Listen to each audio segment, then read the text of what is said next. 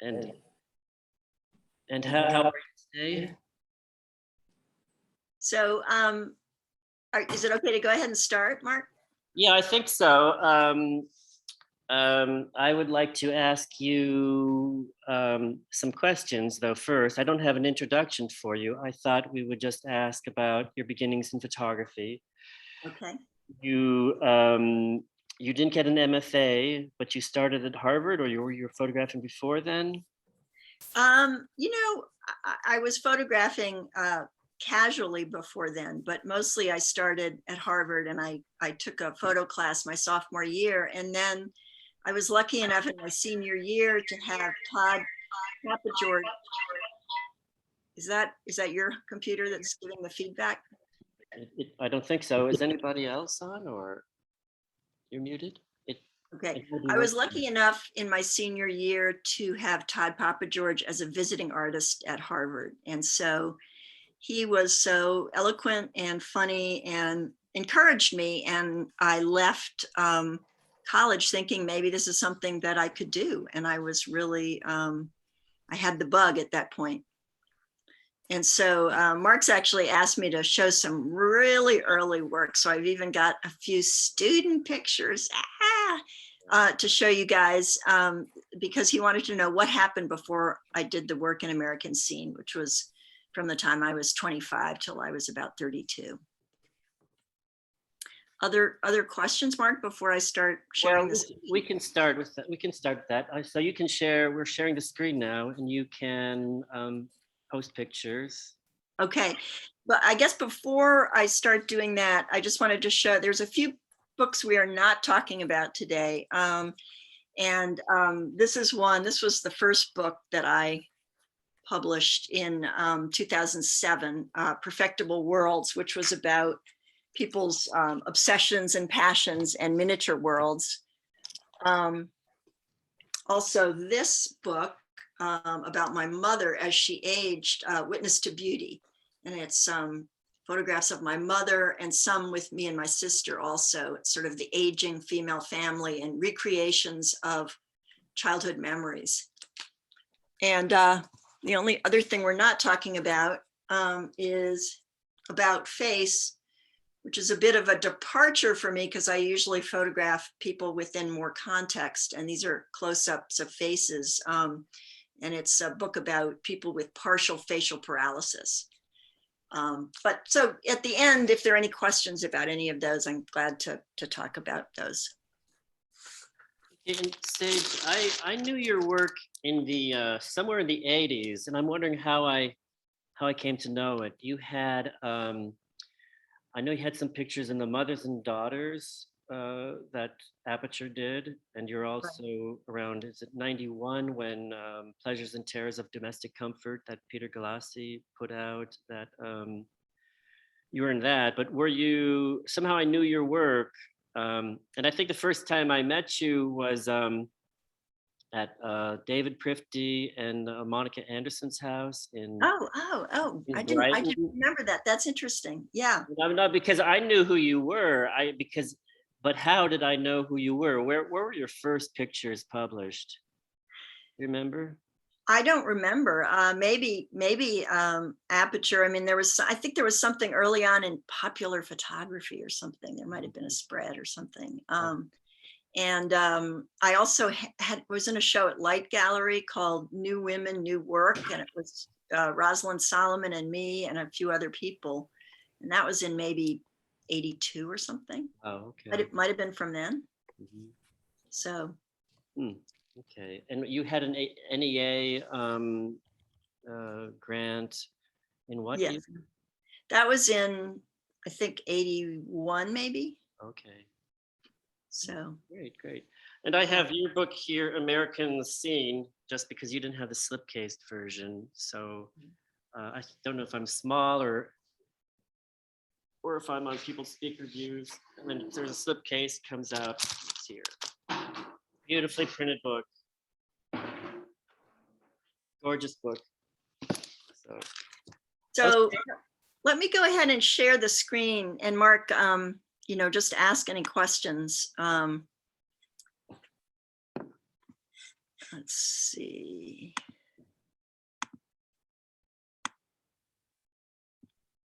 Okay, so we're starting with student work, which is just, these are taken with my phone of these old prints from my student years. So when I first met Todd Papageorge at the beginning of my senior year, I told him that I wanted to do my senior photography thesis on umbrellas. And his retort, he laughed and he said, "Oh, great, another nutcase," he said. So that was my introduction. And fortunately, he ended up liking my pictures of umbrellas. They had been inspired by Lee Friedlander's book, American Monuments, which had come out the year before.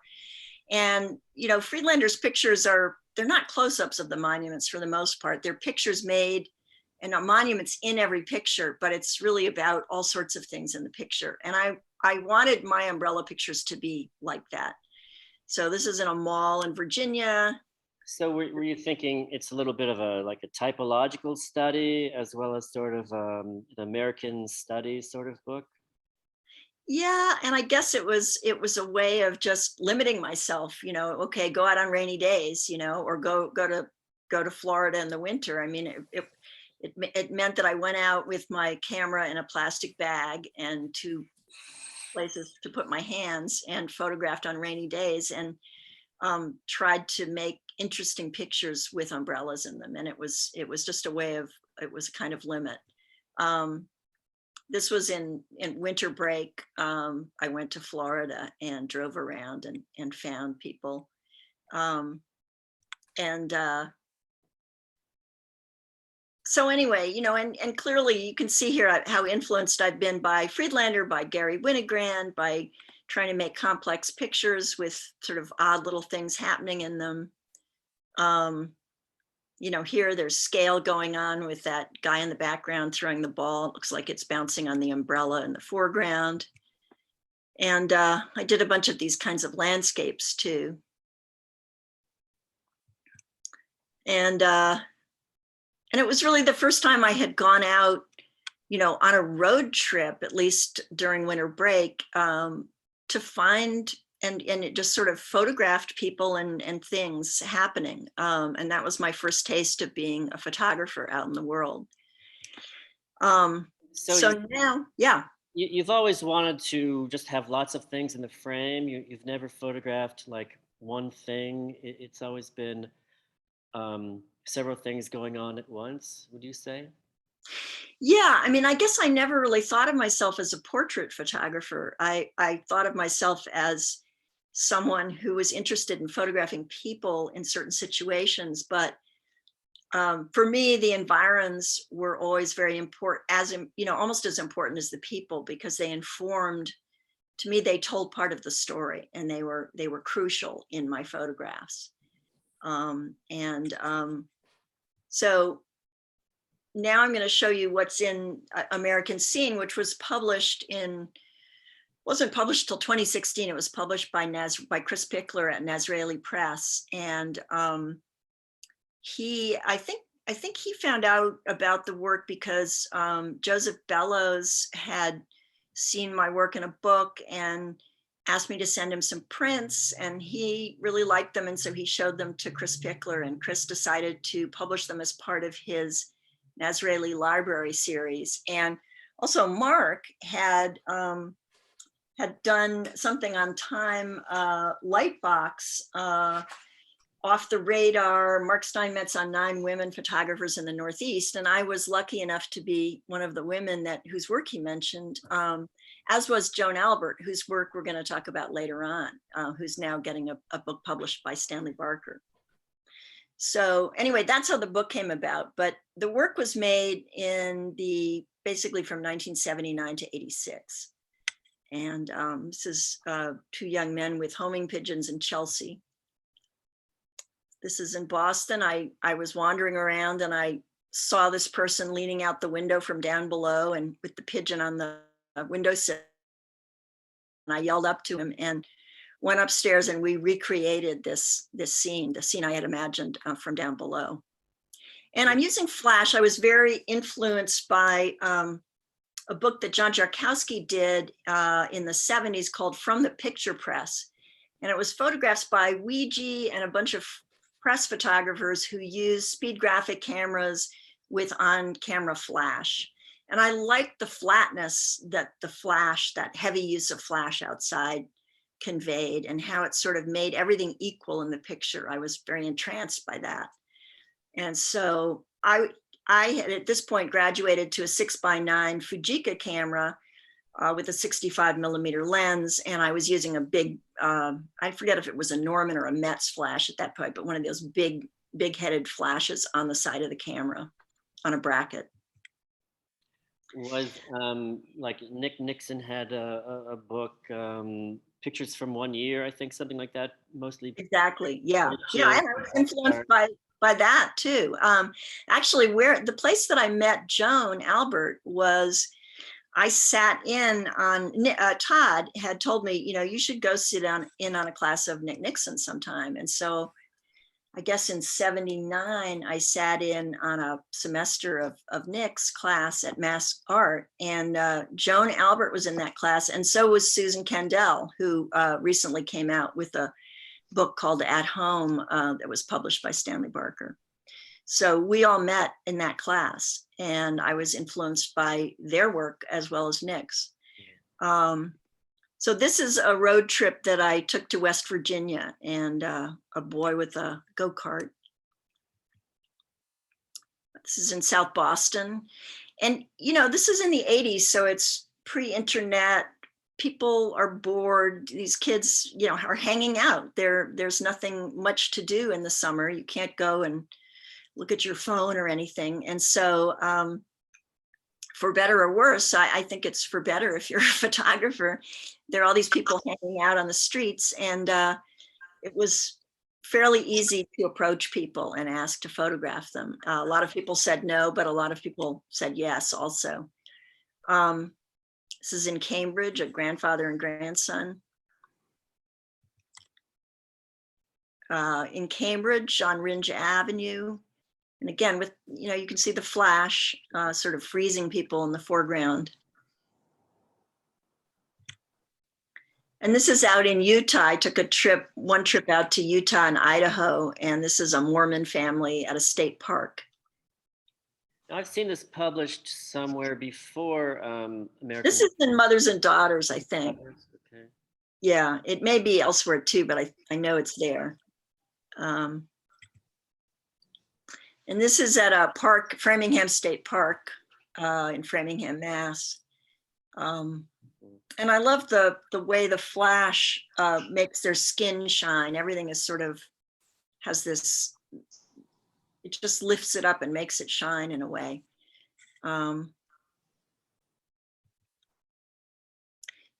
This is, I went to a friend's wedding out in St. Louis, and I rented a car and drove around for a few days and really didn't know what to do with this landscape, this flat landscape. This is in Mount Vernon, Indiana. And, I was used to these hills and triple deckers and everything. And here's these little suburban houses with, mowed grass and nothing, just nothing. Of course, now it's probably just all developed. But, and I love the fact that the girl had put her blanket on the concrete, not on the grass. There was something very, I don't know, strange about that, probably. And I don't know, possibly her father had mowed the grass, and that's why she was on the concrete. This is in Fall River, Massachusetts. It's, I came in at the end of a birthday party, and it's a mother, grandmother, and 3 kids. And this is in Florida. So some winters I would go down to Florida or Georgia or someplace warm where people were outside and photograph. And this is Immokalee, Florida. And, to me, the house across the street is a character in the picture too. I mean, it's very much like his hat, the boarded up, it's like an eyeless person looking out. And, I like the way he's moved his chair just out of the shadow there to get a little sun in the winter. And this is in West Virginia, Buchanan, West Virginia. And the wide angle lens really lent itself to using scale as kind of a storytelling device. And so I love the way that the toy trucks in the foreground are pretty much the same size as the real life trailer and the real life car in the background. Just wondering, were you aware of Joel Sternfeld's work at this time? I sure was, yeah. Yeah, and I remember liking that picture. I don't remember when American Prospects came out, but I love that work, yeah. Mhm. And I think, maybe 82 or 83 or later. No, 84. Anyway, I don't somebody look it up remember. on Google. Yeah. But yeah, the picture of the where the street ends, the manicured lawn. He has somebody like a woman breastfeeding on a couch, and the moving van is there, and it's Yeah, yeah. yeah, yeah. I love that work. Um, I don't know, Mark, do you want to ask me Well, anything I about guess that? I guess so you I mean you call up to the guy and you say, "Can I come up?" and um, you recreate it with a pigeon, and he's out there, lounging out. I mean, how you do very well, I think, just running around. Mhm. What's what's happening there? Can you mute yourselves if you are um, unmuted? I mean, but Sage, so you've always been very sociable. I think that's an important part of your work. Um, and you have a drive to meet strangers. Um, how would was there a transition between just being out in the street and it's a very quick interaction to then this work at home with themselves?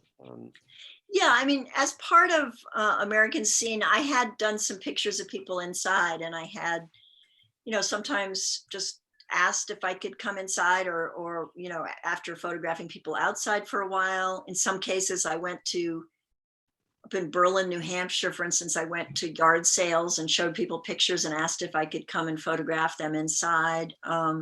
So I had already done that, and it's funny, I don't think of myself as highly sociable. I guess at this point in my life, I'm pretty well socialized, but back then I was kind of shy, and it was hard for me to ask. And I think, it's one of those things that I think people kind of like to do work that's hard for them in a way, that it's a challenge. If it's a challenge, there's, if it's more interesting to us photographers. I mean, we're kind of perverse that way, right?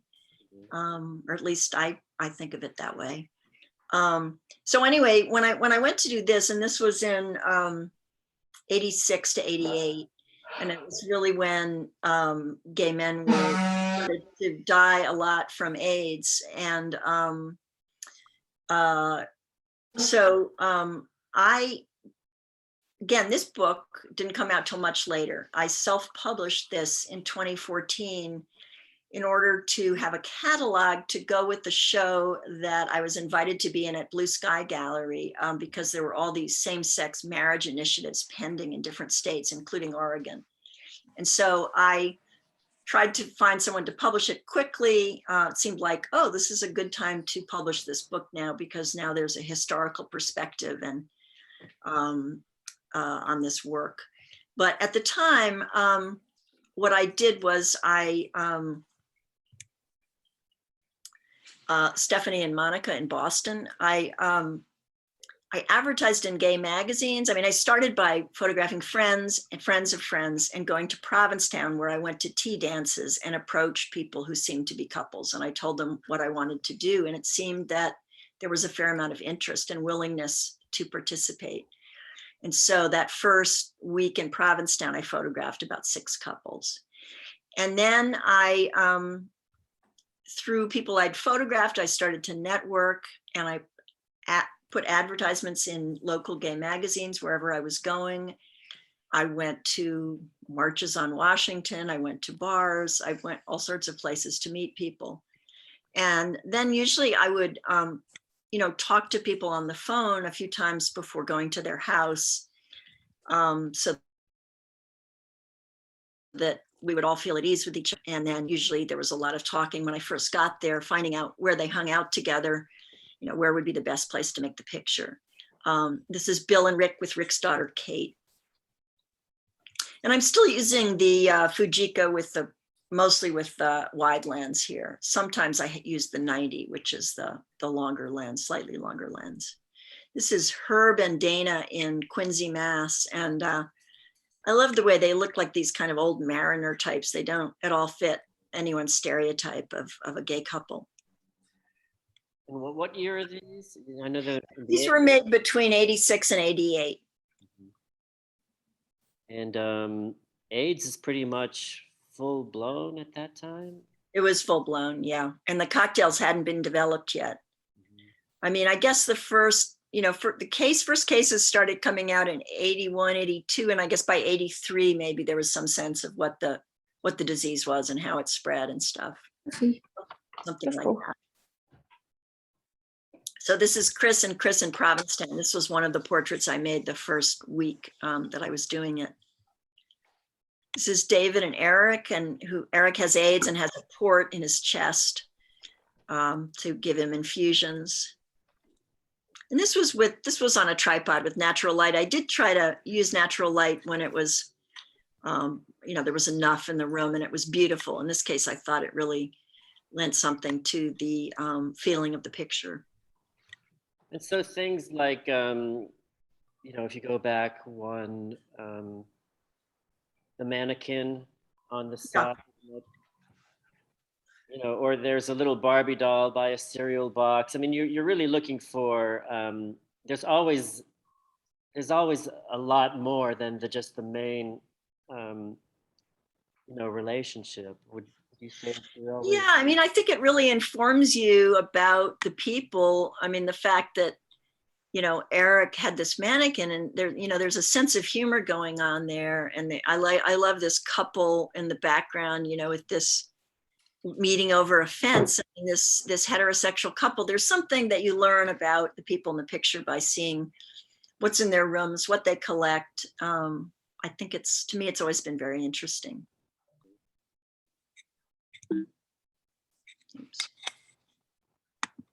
Oops, hold on.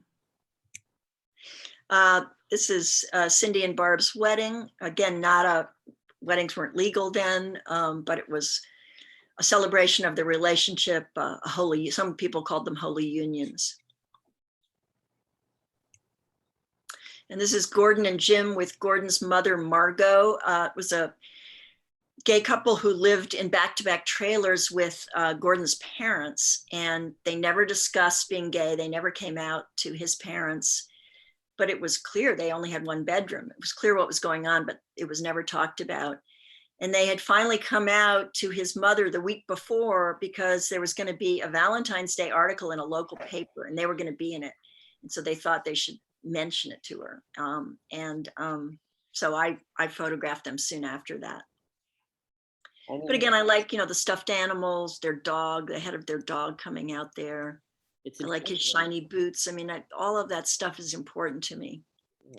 You have so much in all your frames. They're so acrobatic. It seems like there's a real pleasure at playing this game with lots of things, tossed in the air. Yeah, that's true. I mean, I think I'm less that way now. I don't think I can do it as well. So I think my pictures have gotten a bit simpler and perhaps a bit closer in at this point.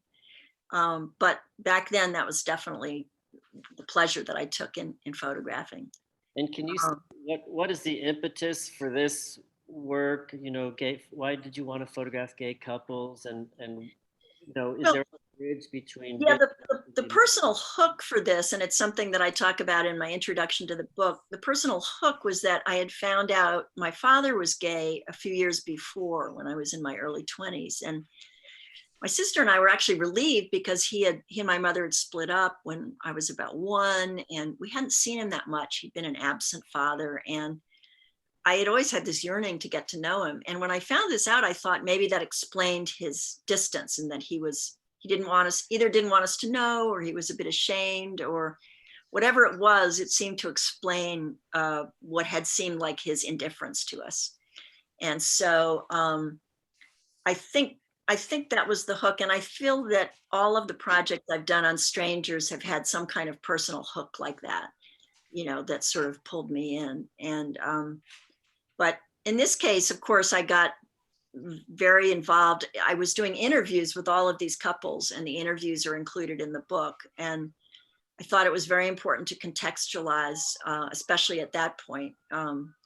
And for those who are interested, to be able to read an interview and learn more than just this one, moment frozen in time. And I've done that in other projects too. In Perfectible Worlds, I interviewed people about their creations. And in Peaceable Kingdom, my recent book, I interviewed the people who rescued animals. And Sage, can you mute so I can ask? Would the interviews happen at the same time as the photo session, or you'd come back? No, at the same time, if I could. I mean, some people didn't have time for that, but I usually would try to do it all at the same time. And so that meant, in the case of the same-sex couples, I was spending, probably almost half a day with them, at least, 2 or 3 hours with them. I mean, it was a long time. I mean, and often people would talk for an hour and a half, and they really wanted to talk about their relationship. This is Andrew and Patrick on Fire Island. And I guess the last year I was doing this in '88, my father's much younger significant other invited me to come stay with them on Fire Island and make some pictures. And so I did. And these were, I met people getting off of the ferry, coming into Fire Island, and would run up to them if they seemed to be a couple and just tell them what I was doing and ask if I could photograph. And this is Trip and Alan with their dog. And a lot of my pictures end up in more than one book. And this is one of them. This ended up in Animals, the book that Stanley Barker published a couple of years ago too.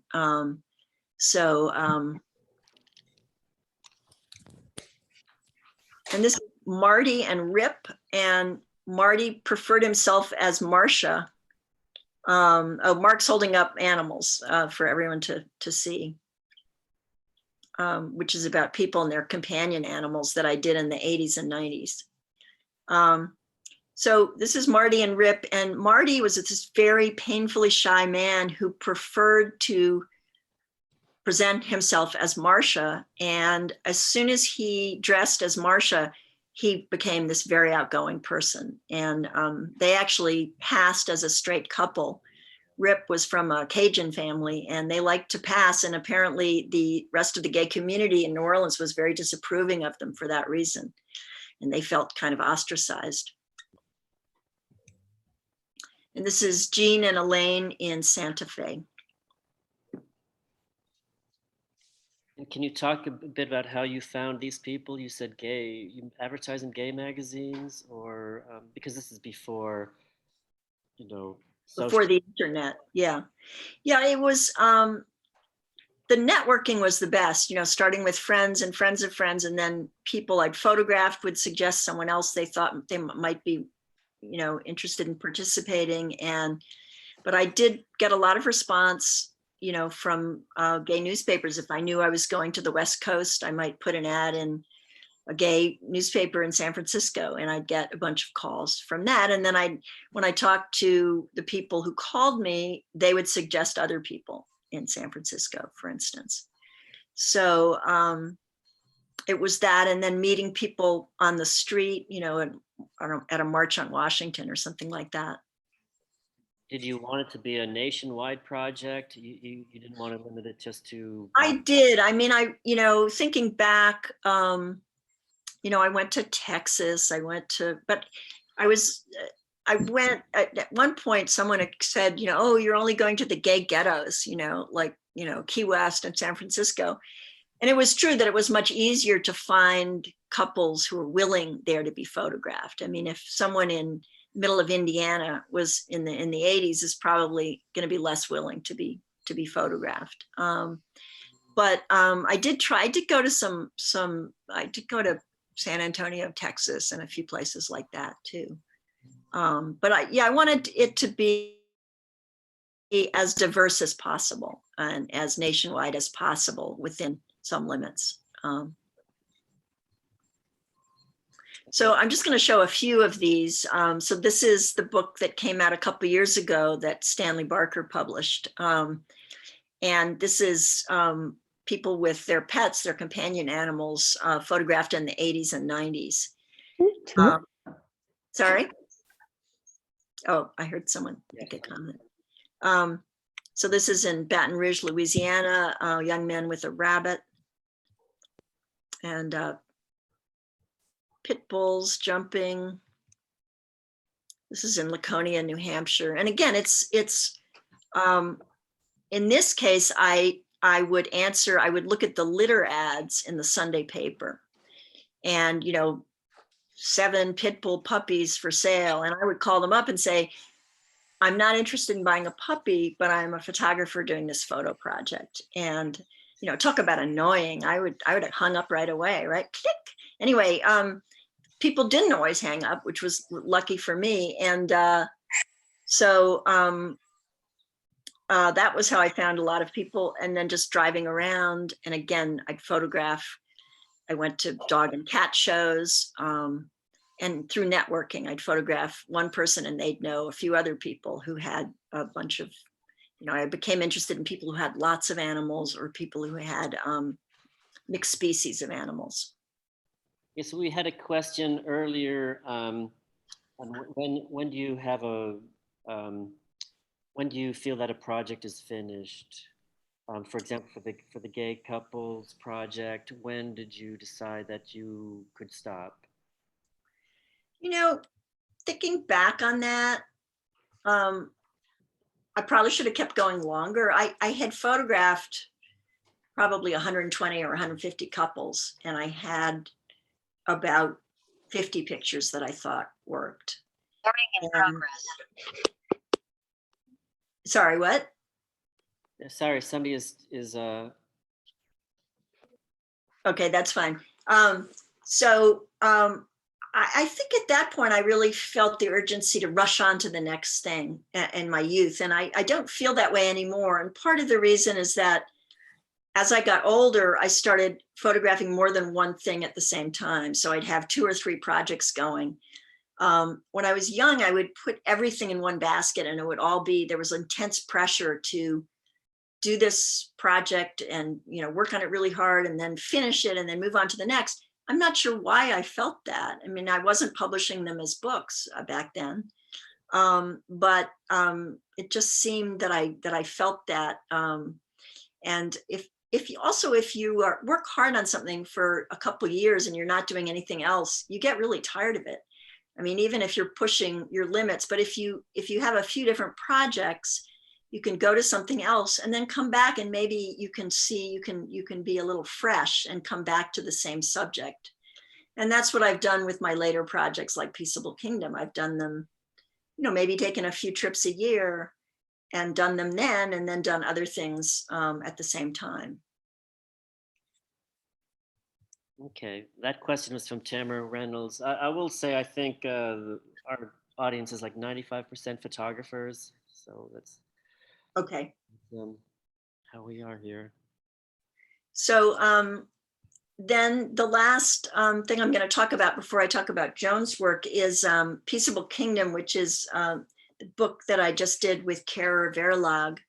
And it started out as people with their companion animals and quickly morphed into all the different kinds of caring relationships that people have with animals, and especially animal rescues of different sorts. And there's also some interviews with people in the back of the book. And there's a terrific a terrific essay by Cy Montgomery, who wrote The Soul of an Octopus and The Good Pig. She's an amazing writer. So this is people with pets, some of them exotic.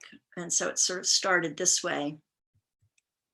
And then I started, people started telling me about all these rescues, and I started going online and finding more and more of these rescues all over the country. And this is in Florida. It's a skunk rescue. And it's a couple that will take skunks that people don't want anymore. There's all these skunks that are raised for the pet trade, and they're descented. And people end up, taking them on a whim and then deciding, nah, I actually just want a cat, So skunks they would take them in. They had, I think, 14 skunks at this point, and they rehome them whenever they can find a home for one. They will, but meanwhile, they'll take care of them. They have skunks of their own. And they have this very tolerant greyhound here who will put up with them. This is a woman in Key West who's, she's sort of the Key West parrot lady. She runs something called Nancy Forrester's Secret Garden. And it's this beautiful block in Key West that is this garden. And she had some birds. People started leaving these big macaws and cockatoos on her doorstep and just leaving a note, please take care of them. And she got known as the woman who will take birds. And so she now has more than 50 of them. And she now is trying to figure out who will take her birds when she dies. She's in her 70s, and she's trying to leave them in her will to different rescues. Meanwhile, they're bicycling around on the handlebars of her bike, and they're in her van with her, and they sit outside this restaurant. She has a glass of wine, and the head of the restaurant brings her the waiter brings her a bread basket for the birds. And this is the Turtle Hospital in Marathon, Florida, that has ambulances that pick up injured sea turtles. They have all sorts of problems. They get their flippers cut off by boats. They get these fibropapilloma tumors from eating a strange diet. There's not enough conch for them to eat anymore. And so they eat a lot of garbage and other things. And they get these tumors that need to come off before they invade their blood system. And this is Bunny Puff's rescue in outside of Nashville, Tennessee, a woman with a disabled rabbit. She rescued this rabbit and brought him back to from the brink of death. And he seemed very content there. And these are made with a digital camera.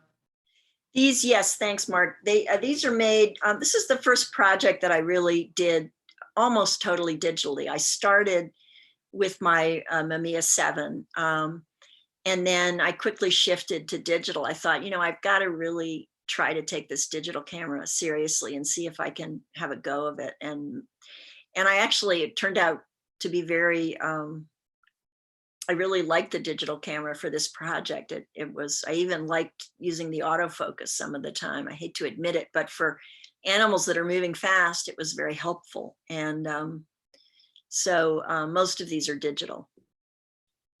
This is the pig preserve in Tennessee, which is 100 pigs on 100 acres with 3 ponds, and they can all form their own social groups. And this is Judy and Charlie Cheetah. And Judy talks about having a midlife crisis, and she was someone who was an equestrian and rode in horse shows and stuff. And she had a midlife crisis, which involved a messy divorce. And she got a big cat, and she fell in love with big cats. And she now has about 15 in these very large enclosures that are rescued from small zoos that went out of business. There's a lot of people with exotic cats as pets, and she rescued some of them, some of those. But these are all animals that were raised in captivity and could not be released back into the wild. And this is one of the 6x7 pictures. You can see the format change. So this is a family with rabbits and dogs. And of course, I can't resist animal costumes. Mm-hmm.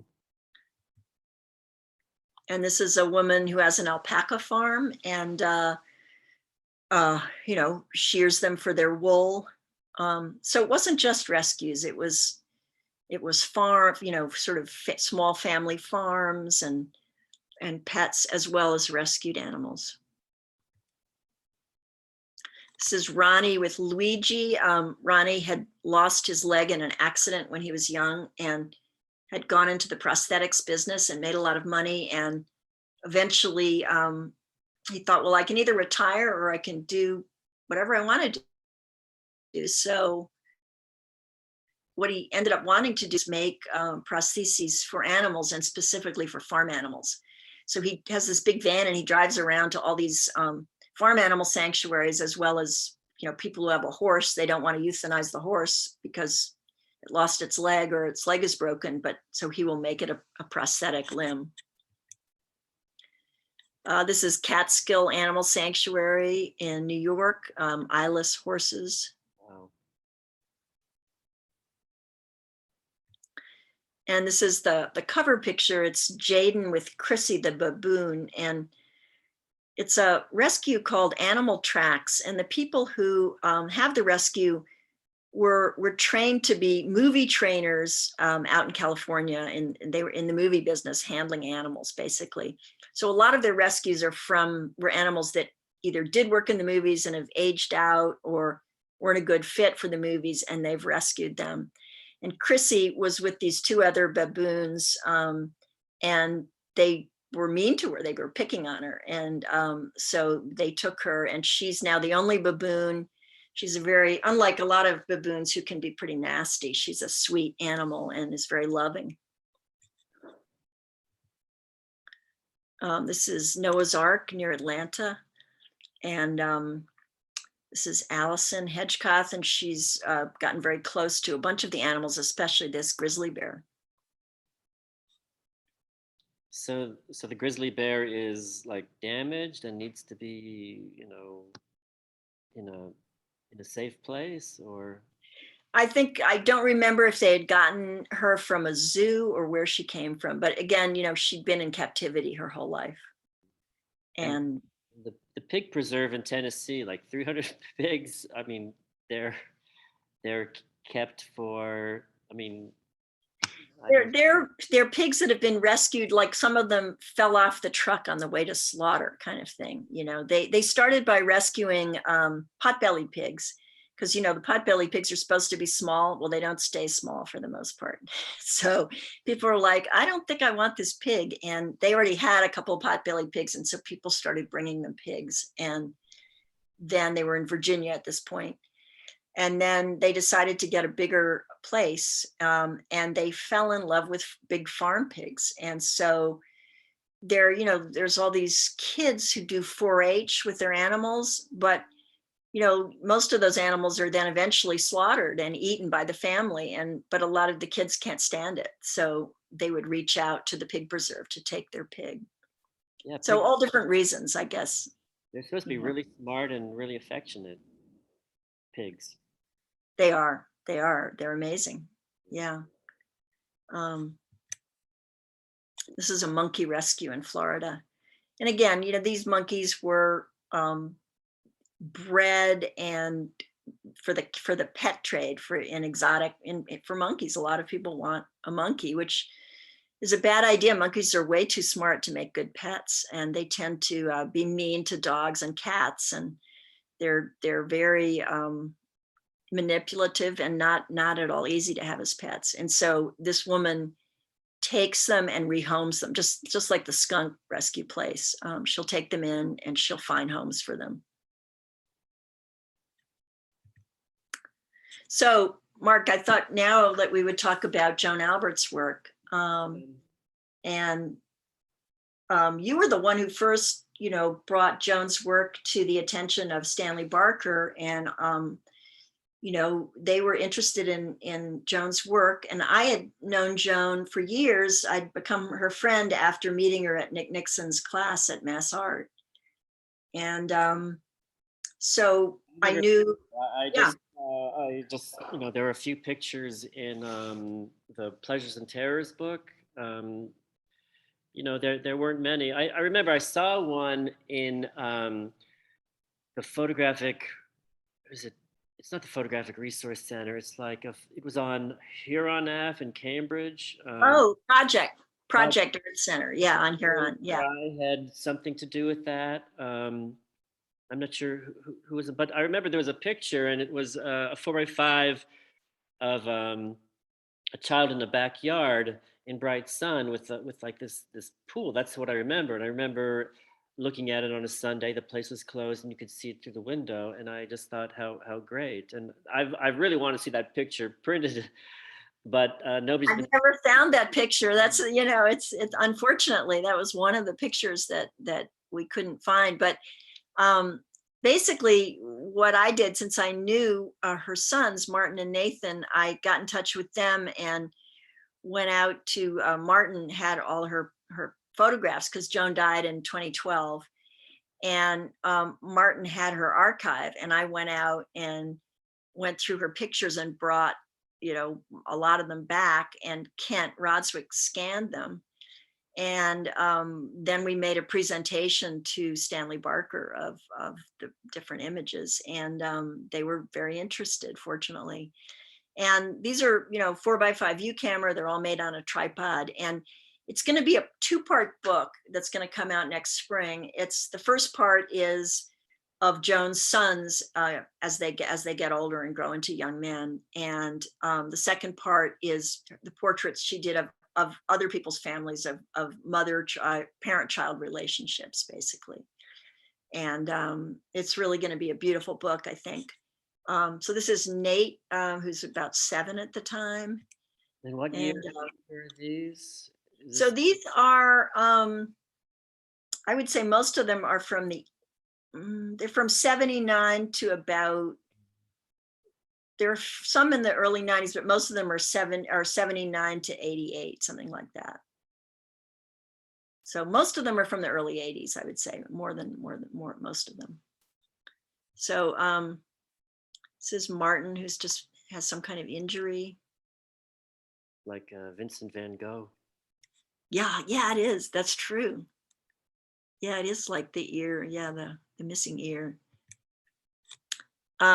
Picture of Nate with his guitar. Nate actually became, he started this band. He helped start this band, the Mighty Mighty Bosstones, that became very successful. So, and he still works in the music business. Martin as a teenager in his room. And I'm just showing you a few of these. So, you know, it goes more gradually as the kids grow up. And she also photographed her parents. So this is her father as he got older.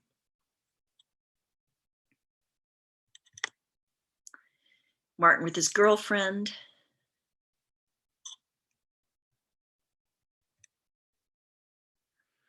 I love this, Nate in bed with his guitar.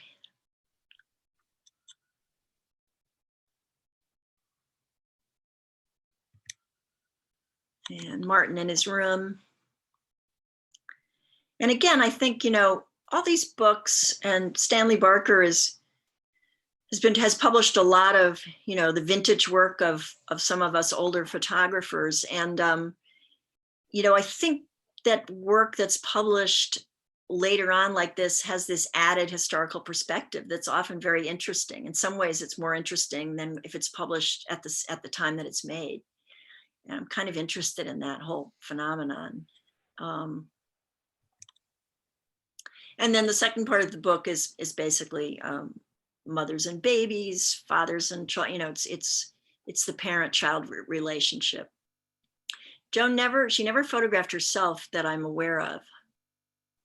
Is there a picture of her? Would there be a picture of her in the book? You know, we don't have one. I certainly could ask. You know, there probably should be, Mark. I think it'd be nice to have a small picture somewhere in the, you know.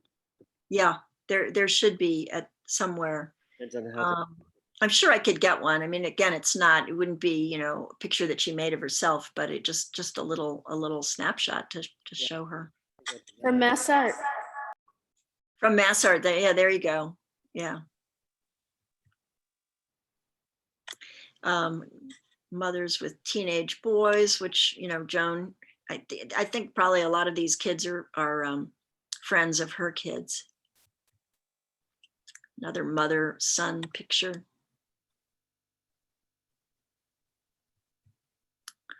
So that's what I have to show. So, but, you know, at this point, I would love to, let me get out of this screen.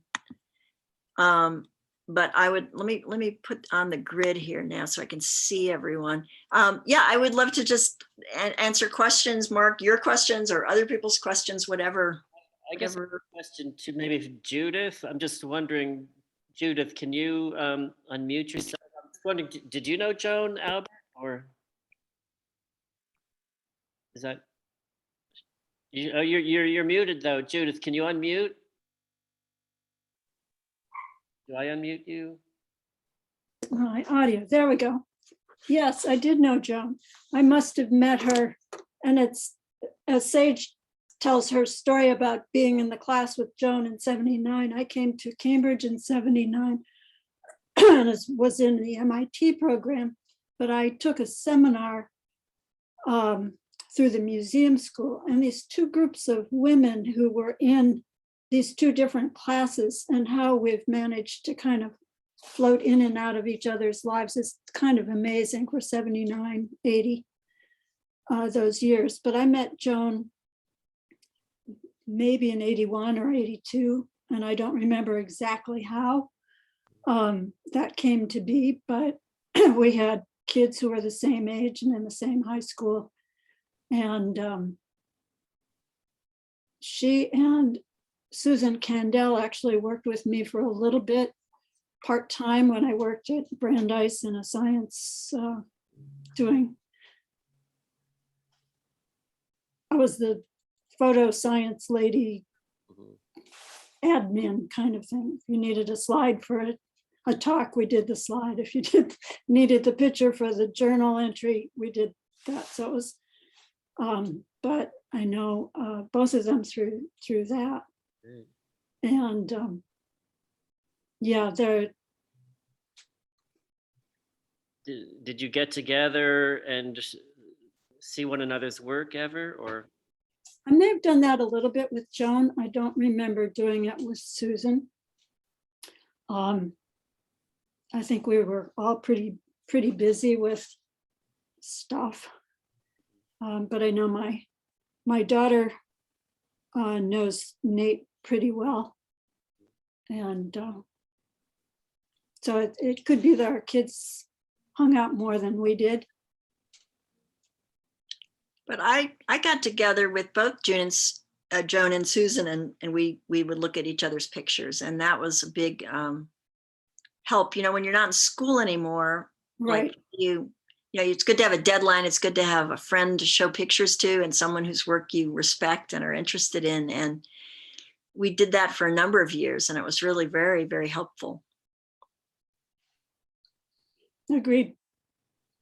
I had a small group of women who worked at the color lab that I first worked at, and we would get together occasionally to do that. So just the different circles never quite crossed over. Yeah. But now I know. Now the circles have melded a little bit. Okay, so if anybody has a question, maybe it's best, maybe you could put on your video and wave your hand. You could chat if you want.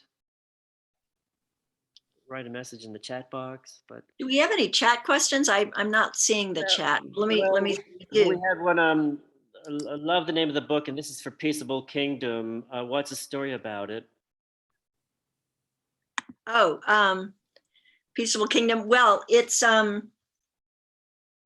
the title is from Edward Hicks, who did a bunch of Peaceable Kingdom paintings. He was a Quaker minister and a painter, and he did about, I think, over 60 paintings and of peaceable kingdoms, and it was all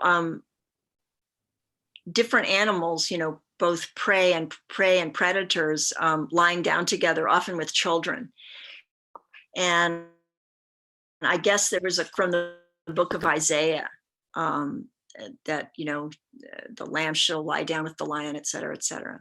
So it was I thought it was an appropriate title, because it was really about animals of different kinds coexisting, and also coexisting with people. That's great. Thank you. Other questions? Let me see other chat questions here. I see Tamara's raising her hand. Yeah. When you were creating your earlier work, particularly the American scene. What propelled you? Because at that point you weren't getting work published. I know you were probably an educator at the point.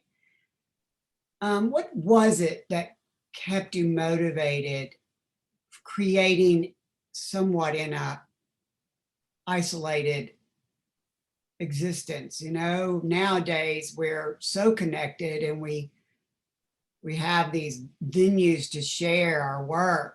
But at that point, you know, what were you doing? Do you mind? I don't, it's kind of a No, hard not at all. I mean, it's a good question. I don't know. I mean, it's almost like this obsession, you know, it's like, you know, I needed to go out and make pictures, and I felt the need, even if they just ended up in a box, there was this need to go out and make them and make more of them.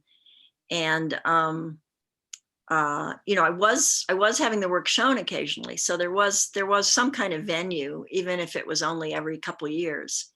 It was harder back then to publish because a lot of publishers back in the 80s and 90s, I think the runs were mostly like at least 5,000 books or 7,500 books. Isn't that right, Mark? Back, you know, larger than, yeah. yeah.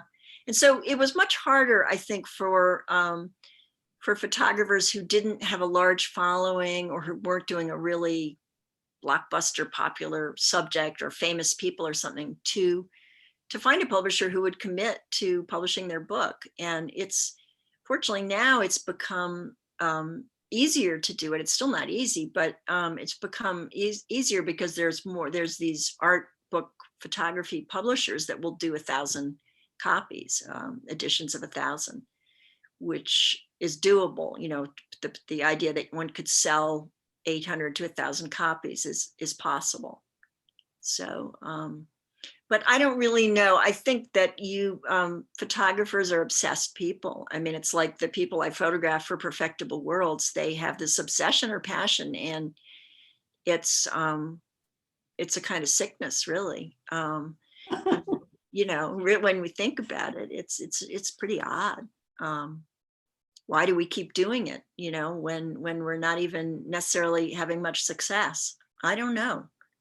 Well, I think you must have It's had fun.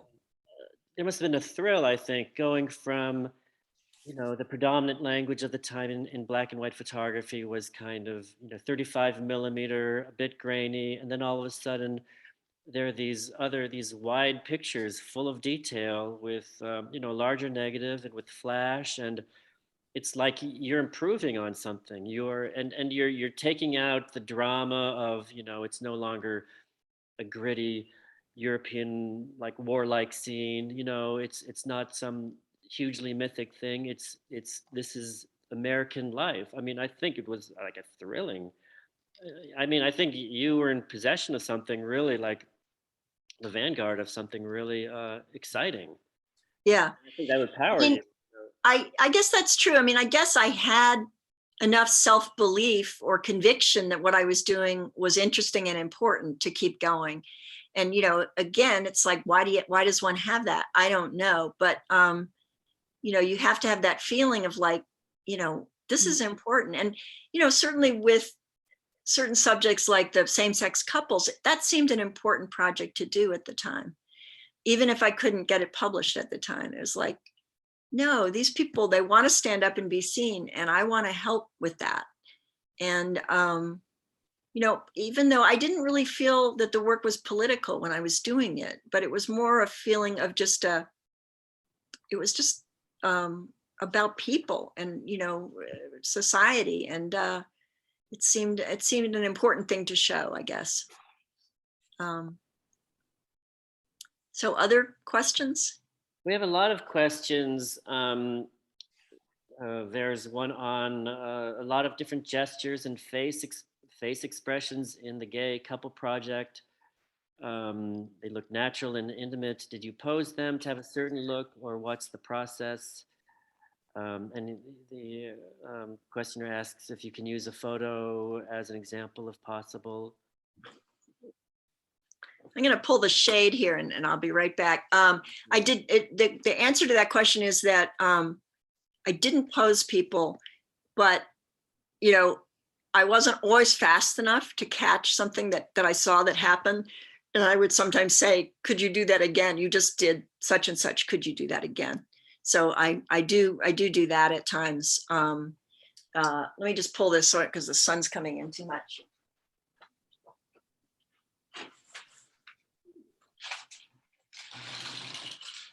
Yeah, well, some people are in the chat. We have two people with their hands raised. Okay, that's better. Okay, well, we have here a question from David. Can you unmute yourself, David Gurzeev? Yeah, hi, thank you. Sage, you mentioned earlier when you were speaking about Joan's work, how the delay from making the work to publishing gives it, you know, a little bit more of a historical significance. And I was just curious if this is something that you intentionally did with your work, you know, of, you know, making the photographs and then not looking at them for a while, just to remove some sort of attachment from your experience or, yeah. No, I wish I could say that I did that intentionally. No, I would have loved to publish my work at the time. I mean, you know, but I do think that work does gain, you know, it just gains this added dimension if it's published later. It's something that Lee Friedlander is really good at. You know, all his books are going back, or almost all his books are going back through his archive and looking, okay, you know, oh yeah, I did all this stuff with signs. Let me go back and see what I had. And so he's not as attached to it as he was when he just made them. It is hard to be objective about work you've just made and to be a good editor of work you've just made. And I do feel that as I get older and I have a little more of a remove from my work, I'm a better editor of it. So there is that. But no, are you kidding? I would have published it at the time if I'd had an opportunity. Yeah, I don't mean exactly waiting to get it published. I meant as far as like the editing process, which you touched on, but yeah, that kind of thing. Now my projects take a lot longer. Like the project that I did with my mother, I started in '94 and it went till 2014. And so, you know, it wasn't a quick project. It wasn't a 2-year project. It was a multi-year project. And I had a lot of time to look at it as I went and to edit things out. And the same thing with Peaceable Kingdom. I did it from 2008 to 2019. And so there were a lot of pictures that were first in, you know, I considered, oh, this is good. These are in, these are going in. If I do a book of this work, they're going in, that got edited out eventually. So I think there is an advantage in having long-term projects that you do over a number of years, and you're hopefully doing other things at the same time, so that you're not putting so much stress on this one project. Can I cut in with Thank a you. question? Mark, can you Yeah. mute your actual computer, not just the computer? I was curious, sorry to cut in front of some people, but comes with the privilege. But Sage, maybe just bouncing off that last question you mentioned, well, I loved seeing the student work because it's, okay, it feels older, but it's still you know, it's got this kind of signature Sage pull. It's sort of like Mark said, acrobatic. Each corner is going in a different direction. And it feels like, I don't know, the world is spinning. And I'm wondering, and then you mentioned when he addressed the way you packed the frame back then, you said you're not as good at it anymore and that you're taking simpler, closer photos. And I don't know, I mean, you're allowed to develop and evolve over time, but do you really think they're simpler? And what is it that's changed? Why do you feel like you're no longer taking those photos? If, you know, what's shifted for you? I do think they're a little simpler and a little closer in. I think, you know, my eyes aren't as quick. I'm not as quick at framing. I'm not physically as quick. My eyes don't scan the room as quickly. And maybe also my ambitions are slightly different. I mean, now I feel that I'm more interested in a showing a moment, whether it's tender or funny or something between, the two people in the frame or the animal and the person or something, that is more important than how crazy the frame can be or how complex the frame can be. And, maybe I'm just getting old and losing my edge, but I feel that, that's just more important to me now than doing all that. And it's also that I just wouldn't be as good at doing it. So I think both those things are true. Well, a lot of photographers just become more economical, and you're just, instead of having this thing that now you might regard it as extraneous, the additional, piece of wit in the corner, Yeah. Yeah. Yeah. Sometimes it's more than what you need. And maybe it could even be a distraction potentially. So other questions? Are they, I'm not looking at the chat thing here. a lot. We have Chris who's gonna speak for himself. Chris, all right. Hey, can you hear me? Yes. Yes. Hey, thanks Hi. so much for thanks for sharing. I was thinking, kind of touching on the idea of motivation and why people make pictures. And there's so much that kind of comes that can be talked about with that. That just need and using kind of your photographic work as pretty much a lens and how you interpret the world and dealing with it. Because I know for myself, that's the motivation every morning. It's not a question of what to make photographs of. I do work on projects like long-term projects, and that's very kind of easier to know what to go for and what to work with. But then in between that, it's just I have to make pictures all the time, right? I have to get up and go out and explore the world. So it becomes less about making pictures as just I have to see the world that way. That's how I kind of metabolize the things around me, the people around me, how people interact with each other. And you mentioned, and it seemed very apparent, the work with gay couples in the 80s and dealing with AIDS, talking about your father. I mean, that's a huge motivation because you realize like you have these feelings as a kid, why, about my father, with that relationship that you had with him. And so that comes out subconsciously often. And sometimes we think about things and that becomes more directed bodies of work. But I think you can, like what Lee does, you kind of find the project by just making work. And then looking back in hindsight, you're like, oh, I have all of this. There was something here. There was a subconscious kind of like feeling that directed me to make these. And then you put that together. So I think it's interesting. And I don't want to not have a question, but I really appreciate, how you point out that relationship with your father and how that does direct what comes out, even if you don't know it at the time. Those things kind of arise and kind of make sense through this lens of photography that you're obsessed with, you know what I mean? And I, of course, I don't even know how to deal with it. Sometimes I'm like, it's too much. Am I crazy that I just can't see anything outside of this? But I appreciate that kind of connection you made with your father and kind of where that work came from. Yeah. Well said about, just the need to go out and make work and show something about how you see the world. I think that's very well said. Okay. Thanks. Well, we can take a question from Greg. Greg, do you want to? Hey, Yeah, Greg. hi, Sage. First of all, the photograph of Joan's son playing guitar in the bed is my son's favorite photograph. And I just wanted to kind of ask you what you learned from doing that book. It's a book of somebody else's photographs that you took on. Kind of curious more about that experience. It's easier to work on someone else's pictures because you feel like, first of all, it's easier to be an advocate for someone else than for yourself. At least I was raised, you weren't supposed to blow your own horn, and you weren't supposed to, and you have to as a photographer, right? You have to go and, write to curators and beat down doors. And it's much easier to do that when you're doing it for someone else. So that has been a great pleasure. And especially because Joan was a great friend of mine and a wonderful person, and the work deserves to be seen. So it's been a great process.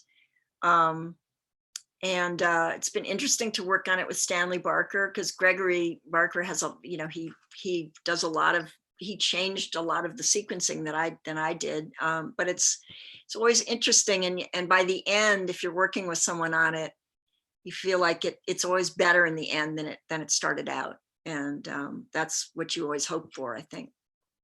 Cool, thank you. Great. We have a question from Andrew. Jason, what drives the choice of color or black and white for your projects? Around 2000, I started, or actually in the 90s, I started trying to do color because I'd noticed that my students' color work, I found more appealing than their black and white work. And it seemed to be this prejudice that I developed. And so I thought, well, you better try to do color yourself if that's the way you feel. So I tried and I kept failing abysmally. It was just like, this doesn't work at all. And finally, when I started the work on my mother and also with Perfectible Worlds, the colors seemed to work for those. And so I don't know, I've just embraced color and sort of reinvented myself as a color photographer since then. I do feel that I might easily go back to doing black and white though at some point. I don't feel like I have to choose one or the other. But it was kind of like a way of reinteresting myself and, just shooting in a different way. And this adds a new element and it was exciting. We have a question from Yola. I'll take. Okay, Yola. Oh, hi. I'll try Hi. to, I'm not sure. I tried to unmute myself. So I had two process questions about the book or about books in general. And then I had also a kind of historical background question, but about the books, I was wondering if you always worked, bring your books to fruition directly from black and white prints. In the case of black and white books, I would imagine that's different for color, but I was wondering, like in more recent projects, are you ever, because I noticed the flex tight scanner in the background, if you're ever going directly from the scan or you're always photographing prints. So that was one. And my other question is, can you speak at all about how you approach sequencing of projects, for the book form? Sure. And then my last question was, I was curious if in the 80s and 90s, all that time that you were working on these projects around the country, if you had your own darkroom at home, or if there was any kind of community darkroom space that you were a part of. I had my own black and white darkroom, and which I haven't worked in for a number of years now. So now I do, inkjet prints on my computer. But yes, back when I was doing black and white, I was always in the black and white. I had my own black and white darkroom in my basement. Let's see, you're gonna have to remind me, just a quick reminder of your So questions. books, do you, when you work on Oh, the sequencing. Books that come from black and white photographs, are you working directly from prints, or do you have you changed your process at all where you're kind of they're negative. They're negative scans for the most part. Sometimes they're print scans, but for the most part, they're scans from negatives. And I have someone named Kent Rodswick, who's a friend and an incredible artist in his own right, who makes beautiful exhibition prints, but he also does great digital work, great scanning and all that. And so for anything that I really care about, all my best prints, I mean, I do my own work prints and stuff, but for the end, if I want a really good exhibition print, I'll turn to Kent to help me with that. And the same with books, so he and I will work on match prints together to send to the publisher so that, saying the match is as close as possible when you print. Mm-hmm. And the sequencing, I think that was your other question. Yeah. I'm very old school. I put everything out on my bed and my floor and play with it and play with making pairs and move things around.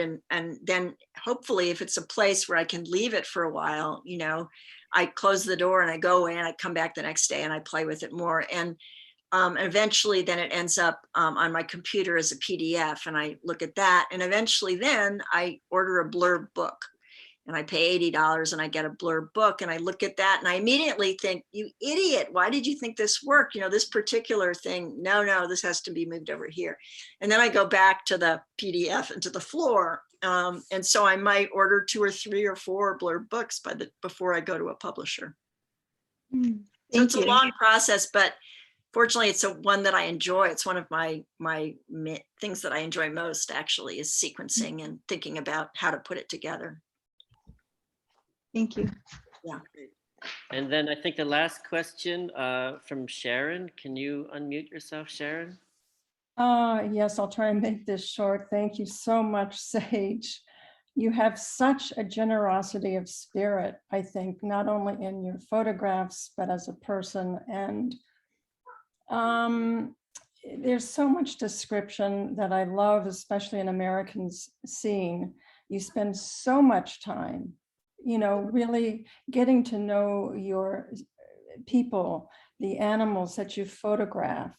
And over all these years, all the people, all the animals, I'm just curious, it's a general question. What have you learned from all this magnificent work? What have you learned? I really wish that I'd kept journals. You know, I always meant to, and you come home and you're exhausted after shooting all day, and I don't do it. And I wish I had, because I think some of the interactions you have with people are really wonderful and priceless. To me, the pleasure of photographing is really that I get to look into all these people's lives and worlds, and it takes me out of my own life, you know, which one's own life can be pretty dull at times, and you're transported into all these other people's lives and worlds and experiences. And I think that I've really valued that, and I feel that I've learned a lot from people about how they live their lives and what they value and who they love and all those things. And I guess it's just it's not just to satisfy my curiosity. It's like I feel that they've really given me this gift of knowledge and of alternate lives, something like that. So. Thanks a lot. Oh, Sandra Stark is raising her hand. I couldn't, anyway. I'm sorry I couldn't come earlier, and it's just I wanted to say again how profoundly wonderful your work is. And I agree with Sharon, there's this like humanistic quality that's just absent from everyday life now. It's just gone. And I was thinking that your work also reminds me a little of Robert Doisneau, the way that he uses humor. And it's not cynical, and it's not about like how there are other elements coming into the frame. Like there's a lot of air around his subjects, like, you know, in the kiss and stuff like that. Yeah. And I think that in your work too, there's this air. And I like how they're kind of border on being snapshots, but they're so clearly not. But it's got all like the elements of what makes a good snapshot. And all your work, I just have always just loved it. That's all. Thank you so much. That's such a generous thing to say. And I love being compared to Doisneau. I've always loved his work and his humor. So thank you. You're welcome. And Sandra, we do have this recorded if you want to see this later, so you can. Yes, yeah. Thank you. Okay, well, everybody, this is great. Maybe we can see some faces. I just see so many photographers here. If anybody wants to show their faces and just you know, wave to. Thank you all for coming. I'm so happy that you all came. I'm honored. And we have some announcements. We have, Claudio, yeah. Do you want to? Hi. I'm muting myself, and Irina's gonna give an announcement.